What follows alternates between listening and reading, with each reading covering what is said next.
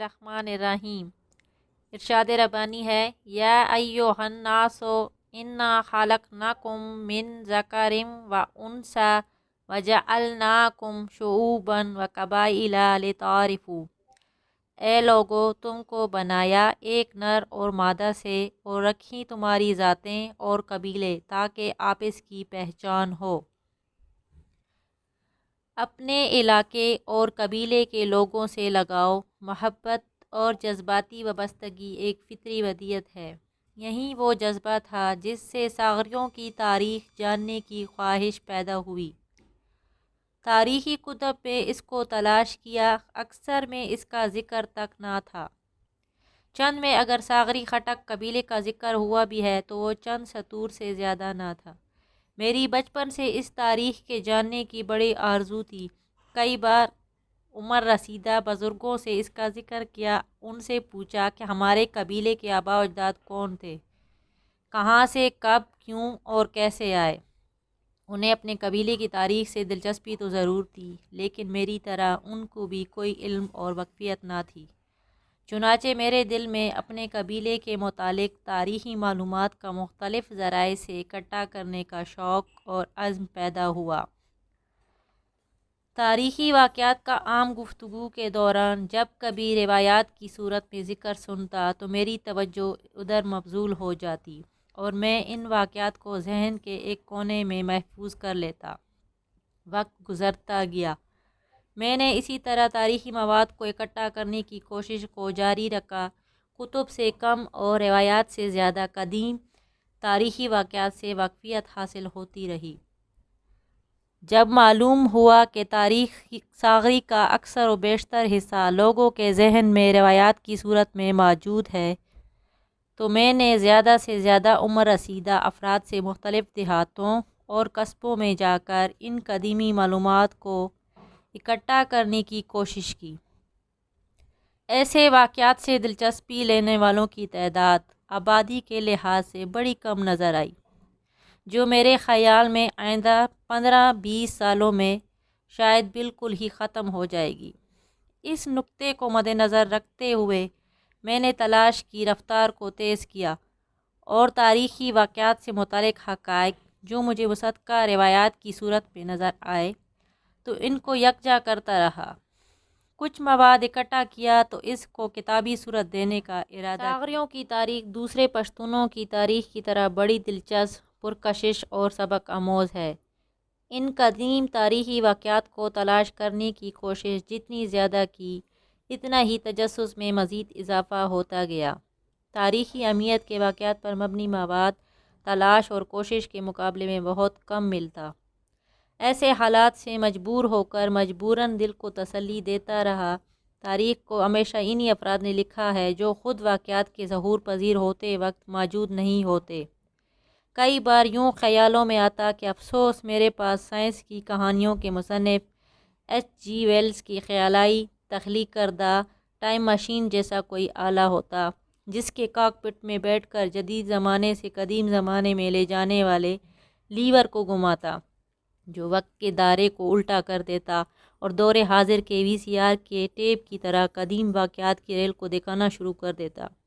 اور میں چونکہ جدید مورخوں کی تحقیق کے مطابق پشتونوں کو آرین نسل سے جوڑتا ہوں اور اس کو صحیح تسلیم کرتا ہوں، اس لیے ٹائم مشین کی اس ٹیپ پر وسط ایشیا سے 6000 سال قبل مسیح آریوں کے ہجرت کے قافلوں کو دیکھتا، پشتونوں کو ان کے آباء و اجداد کے قدیم وطن آریا و ایجا میں دیکھتا، جہاں سے وہ تقریباً 4000 سال پہلے اس وقت کے علاقے جو باختر کے نام سے مشہور تھا میں داخل ہوئے تھے۔ اس علاقے میں آبادی کے بڑھنے کی وجہ سے یا مزید چراگاہوں کی تلاش میں جب انہوں نے وہاں سے ہجرت کی تو کچھ ایران، کچھ سندھ کی طرف گئے اور کچھ باختر اور بلخ کے گرد و نواح میں رہنے لگے۔ مورخوں کا خیال ہے کہ باختر اور بلخ میں رہنے والے وقت گزرنے کے ساتھ پشتون بن گئے۔ خٹک قبیلے نے بھی اسی علاقے میں جنم لیا تھا۔ اپنے قبیلے کی ابتدا اور جنم کو دیکھتا، دوسرے خٹک قبائل کے ساتھ وادی لوہگڑ، غزنی سے وادی شوال، وادی شوال سے وادی ٹوچی بنو، وادی ٹوچی سے سوترا، سوترا سے کربوغا، خوڑا، شکر درہ اور نندرکا تک اس کے کوچ کو دیکھتا۔ اس کے بعد ٹائم مشین کے پردے پر ان کے دریائے سندھ کو عبور کر کے پنجاب کی سرزمین مغربی ضلع ٹک پر قبضہ، توری و جاجیوں سے بمقام لکڑمار لڑائی، سکھوں کے ساتھ ان کے جنگ و جدل کو دیکھتا، اور پھر ان تمام دیکھے ہوئے واقعات کو ذہن کے پردے سے صفحہ کرتاس پر منتقل کرتا تو یہ ہر لحاظ سے صحیح واقعات کا مجموعہ ہوتا، اور اس قیمتی مجموعے کو تاریخ صاغری خٹک کا نام دیتا تو بالکل صحیح ہوتا۔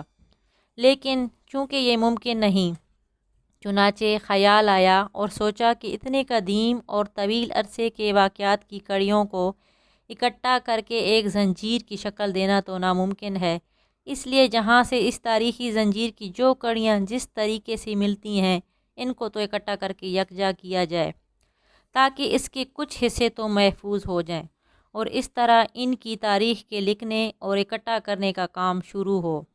خدا کرے پھر خوشحال خان جیسا نابغہ اثر شخصیت کی طرح کوئی خٹک قبیلے کا فرد پیدا ہو جو سب خٹک قبائل کے تاریخ کی تحریر کے کٹن کام کا بیڑا اٹھائے۔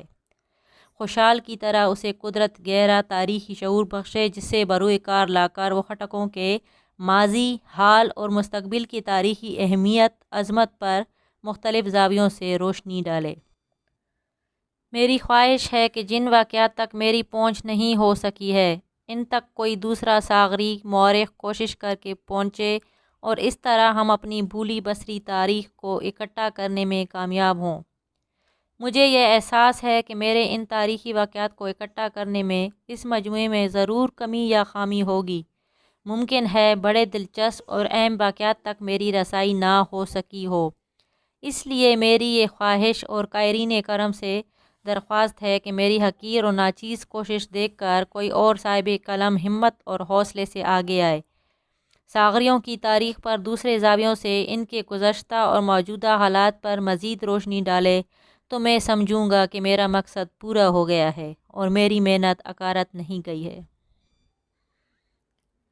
میں آپ کے سامنے مختلف اقتباسات خٹک قبیلے کے ایک مشہور و معروف ادبی شخصیت نور خان خٹک BA مرحوم کی مشہور زمانہ تصنیف صاغری خٹک تاریخ کے آئینے میں سے اقتباسات اور تاریخ کے مختلف واقعات اور معلومات آپ سے بیان کروں گی۔